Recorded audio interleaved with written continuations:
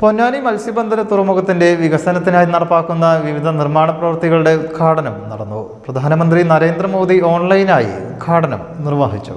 പ്രധാനമന്ത്രി മത്സ്യസമ്പത്ത് യോജന പദ്ധതിയിൽ ഉൾപ്പെടുത്തി നടപ്പാക്കുന്ന 25 കോടി 10 ലക്ഷം രൂപയുടെ വിവിധ നിർമ്മാണ പ്രവൃത്തികളുടെ ഉദ്ഘാടനമാണ് പ്രധാനമന്ത്രി നിർവഹിച്ചത്.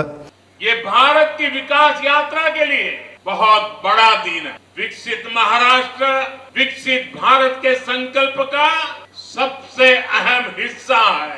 इसलिए पिछले 10 वर्ष हो या अभी मेरी सरकार का तीसरा कार्यकाल, महाराष्ट्र के लगातार बड़े फैसले लिए गए. महाराष्ट्र के पास കേന്ദ്ര ഫിഷറീസ് മന്ത്രി രാജീവ് രഞ്ജൻ സിംഗ്, സഹമന്ത്രി ജോർജ് കുര്യൻ, സംസ്ഥാന ഫിഷറീസ് മന്ത്രി സജി ചെറിയാൻ, പി നന്ദകുമാർ MLA എന്നിവരും ഓൺലൈനായി പങ്കെടുത്തു. കേരളത്തിൽ അദ്ദേഹം ഓൺലൈനായി ഉദ്ഘാടനം ചെയ്യപ്പെട്ടത് ആലപ്പുഴ ജില്ലയിലെ അർത്തുങ്കൽ മത്സ്യബന്ധന തുറമുഖത്തിൻ്റെ വികസനം, കാസർഗോഡ് മത്സ്യബന്ധന തുറമുഖ വിപുലീകരണം, മലപ്പുറം പൊന്നാനി മത്സ്യബന്ധന തുറമുഖത്തിൻ്റെ പുനരുദ്ധാരണം, കോഴിക്കോട് പുതിയാപ്പ മത്സ്യബന്ധന തുറമുഖത്തിൻ്റെ പുനരുദ്ധാരണം, കോഴിക്കോട് കൊയിലാണ്ടി മത്സ്യബന്ധന തുറമുഖത്തിൻ്റെ പുനരുദ്ധാരണം. ഇതാണ് ഇവിടെ ഇപ്പോൾ നിർവഹിക്കപ്പെട്ടത്. പൊന്നാനി മത്സ്യബന്ധന തുറമുഖത്തിൻ്റെ പുനരുദ്ധാരണവും ആധുനികവൽക്കരണവും ഉൾപ്പെടെയുള്ള പ്രവൃത്തികളാണ് ഇന്നിവിടെ ഉദ്ഘാടനം ചെയ്തത്. Ponnani MP Shri Abdul Samad Samadani, Ponnani MLA Shri P Nandakumar, Ponnani നഗരസഭാ ചെയർമാൻ ശ്രീ K ശിവദാസ് ആറ്റുപുറം, മറ്റ് ജനപ്രതിനിധികൾ, ഉദ്യോഗസ്ഥർ, ഇവരുടെ എല്ലാം സഹായം ഈ പദ്ധതിയുടെ പ്രവർത്തനത്തിൽ ലഭ്യമായിട്ടുണ്ട്.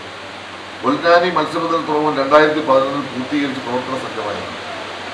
പദ്ധതിയുടെ ആധുനികവൽക്കരണം പുനരുദ്ധാരണം കണക്കിലെടുത്ത് സംസ്ഥാന സർക്കാർ പദ്ധതി രൂപരേഖ തയ്യാറാക്കി അംഗീകാരത്തിനായി കേന്ദ്ര സർക്കാർ സമർപ്പിച്ചിട്ടുണ്ട്.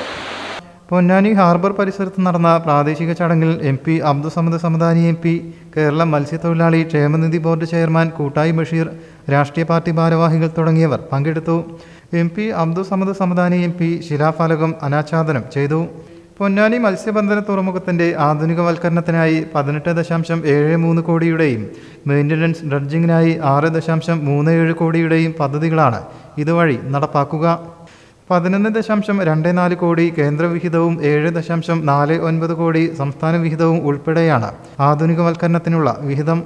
ഈ സാമ്പത്തിക വർഷം അവസാനത്തോടുകൂടി പദ്ധതി പൂർത്തീകരിക്കാനായാണ് ലക്ഷ്യമിടുന്നത്. News bureau, Malappuram.